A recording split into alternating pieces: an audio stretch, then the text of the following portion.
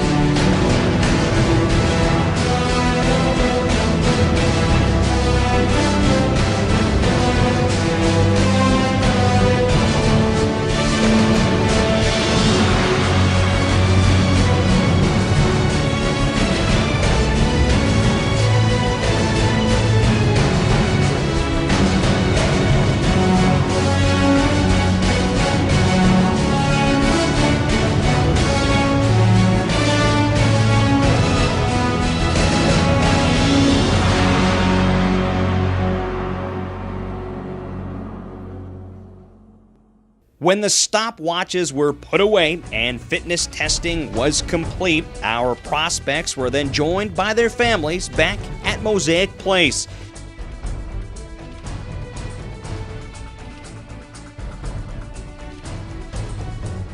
They would take every turn and walk down all the hallways in the brand new home of the Moose Jaw Warriors.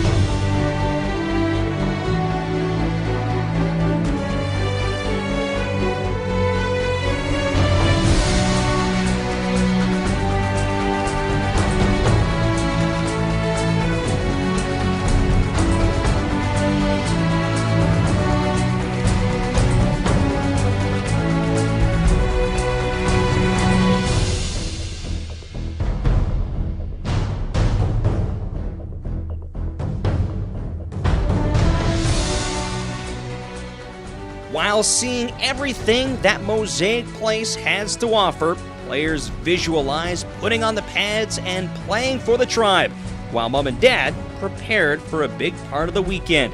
General Manager Alan Miller invited a panel of experts from every area of the franchise to join him as they answered questions ranging from education to billets and everything in between. We've got some great people here on our panel that do a tremendous amount of work for the young men that come and play for us. And as James stated, we really want to, last year we had a very successful open dialogue with mainly the parents to talk about the environment, to talk about the processes of academics and billeting and player development and all those things. So we're really looking forward to getting those discussion points going, we have some things, concussion protocol, drug testing. It's real important we get those discussions out there so the things that are in place in the best interest of your young guys when they come here to play at 16 and 17 years old. Obviously, I'm responsible for the big picture and the overall operation of the hockey club, and I really see my role on the panel here is to answer any questions that anybody else on the panel can't. So look forward to discussing and hearing your questions. Thank you. Hi, Mike Stothers. I'm the coach of the team, and have Mike Vandenberg and Trevor Weisgerber here in the back, I believe, as part of the coaching staff. And I guess it's our job each and every day to work with the young men that we have available to us to make them better hockey players, better people, and hopefully influence them in a positive way, whether they go on to play pro hockey or continue their education and someday raise a family. So we look at them as our sons for 8 months, and we try to do the best we can for each and every one of them. This is my second year, and all I can say after my first year is I'm thrilled with some of the families we have. They're incredible people. Your boys will be well taken care of. I am the EA. I was formerly the vice principal at Vanier for a number of years, and I am now in that field of retirement. However, I am still doing this task, and I see my role as the liaison between here and the school. There are 4 or 5 other people that I would like to name for you so that you're familiar with the names. Mrs. Saunders is the principal, Mr. Moser is the vice principal, and I brought with me today Ms. Krista Lapointe, who is the guidance counselor, who these days is doing timetabling and out-of-province evaluations and things like that. So I thought it was important that you put a face to a name both ways across the aisle here, that you can do that. And on another note, Ms. Lapointe is a former university athlete, so she does understand some of the trials and tribulations that you go through. Our goal is to have you graduate on time. Graduate on time, whether it's in Manitoba, BC, Saskatchewan. Ideally, I would like to think that you're eligible wherever. That you've got the qualifications in your home jurisdiction as well as here. I look forward to working with you, as does Ms. Lapointe. Thank you. The protocol for how concussions are handled has changed a little bit over the last couple of years. Basically, if we suspect that your son is not functioning normally, then we first try to use that computer testing to decide, and then once we get to a spot where we feel that he's ready to maybe return to athletics, then we follow a 6-step process. As long as the player and the coaches and myself and the neurologist and our team doctor are all on the same page that we feel that the player is not in a dangerous position or a position that they're not comfortable with, that we respect that and we work within that. It's just directed at the managers. I just wanted to know what kinds of things, whether they be obligations or opportunities, do the players have in the community outside of hockey? 2 years ago, Spencer Edwards was our captain, and he was the Humanitarian of the Year in the Western Hockey League for his efforts in the community.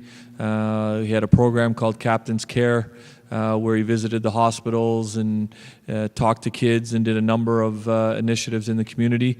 And that's a commitment that Kendall took over this past year as our captain. Hunger in Moose Jaw, education, reading to students, practicing with minor hockey players. We feel that the players' commitment in the community and giving back to the community, and I'm just mentioning probably a few of the initiatives that we have, but I know from myself and the coaches it's very important, and we want our players to be part of the community and we want our players to give back. I just want to start off by saying we usually something every day during the week. If we don't have a game that morning, there'll be something for the guys to do. The players that are in school will do, events at night, whereas the players who aren't in school will do the ones in the morning after our workouts. It's probably one of the most teams that's involved in the community. With Captain's Care, try to go at least once a week to the hospital in the sick children's ward. We actually have a room there that's designated to the Warriors. It's all dressed up in all our Warrior stuff. And I take a different player with me every week. We go in, visit the kids, talk to them, play with them, give them mini sticks and bears, just try to lighten up the situation that they're in. We also go around to the schools, read books to all the kids. And then the same thing with hockey. We go out with the practices, have some fun with the kids, teach the kids things, and we're very, very involved in the community.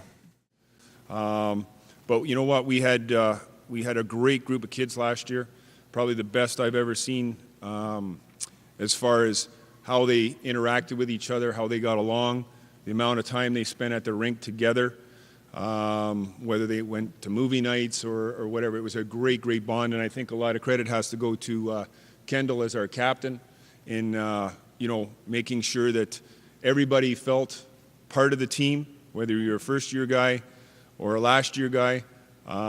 We really want everybody to know that whatever your role is, whatever amount of minutes you're playing in a particular game, week, month, or season, that we're all equal and part of this organization and what we want to accomplish, which is a championship, and for this organization and this community to continue to have the great success it has.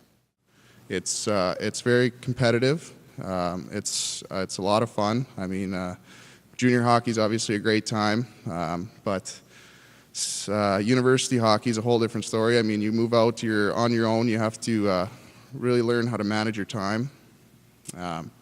But it's a great experience. I mean, I just finished my third year, and it's probably been some of the best 3 years of my life.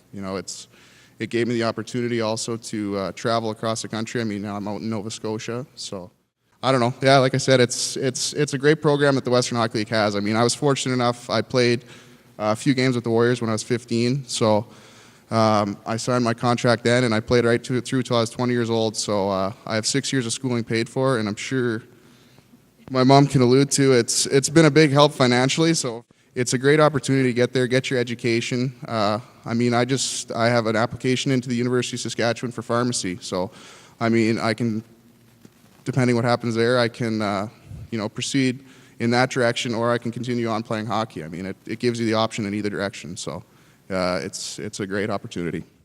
So it's an excellent program, and something that we're very proud of. Players like Brennan that have been very, very successful in utilizing those scholarships. This is for Kendall. Just like you to talk to us about how your billet was and what it was like to go into a billet home. I know. As you might know, I live with that guy, unfortunately. But no, like having a roommate for sure is like having a brother. I mean, we don't always agree on things, but it's definitely fun. Our billets have been great. I came down here when I was 17, wasn't quite sure how it was going to be being away from home. And it is like a second family now. Like if I don't come to Moose Jaw, if I don't visit my billet, she's mad at me. It's like having another mom. And she does everything for us. I mean, anything we need, she has no problem getting it.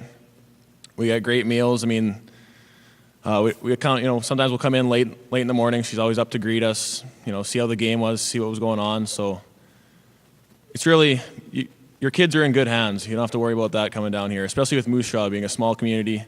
It's a very passionate community with their team. So the billets are great. So we've kind of got through some of the education and orientation part for your parents, and now we'll get you into the environment that you're excited to be in and thrive on and get you on the ice. And the first practice will start at 3 o'clock out in Caronport. Have a great day, everybody. Thank you. After having any questions answered, it was time for these players to do what they do best, play hockey. They headed out to Caronport for their first practice with the coaches and their first step to becoming a Moose Jaw Warrior.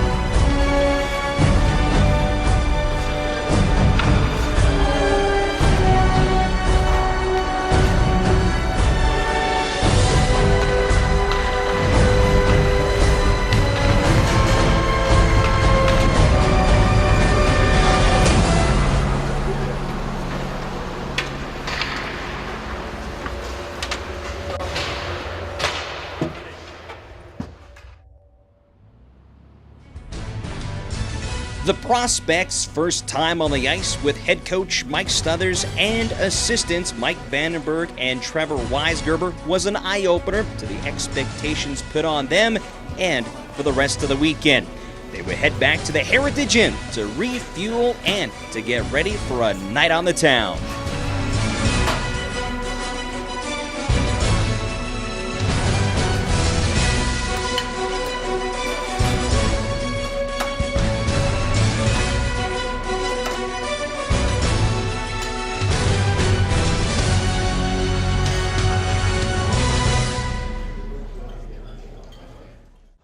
The boys of winter would support the boys of summer as they took in the Moose Jaw Miller Express's home opener against the Regina Red Sox, which is a rivalry between two cities they'll learn more about in the years to come.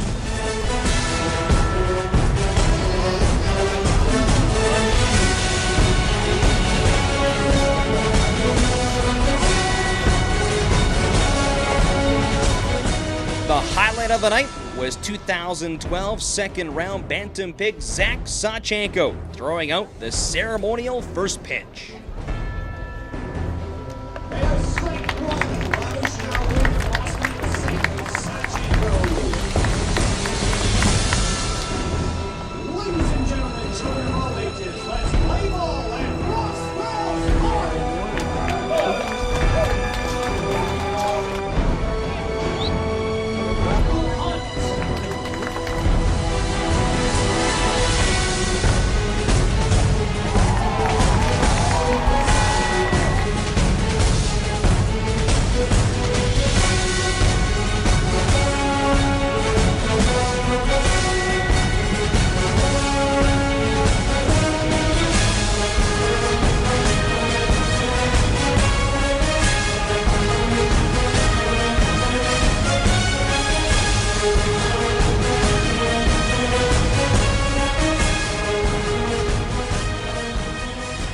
This was a night to relax, have some fun, and build new relationships.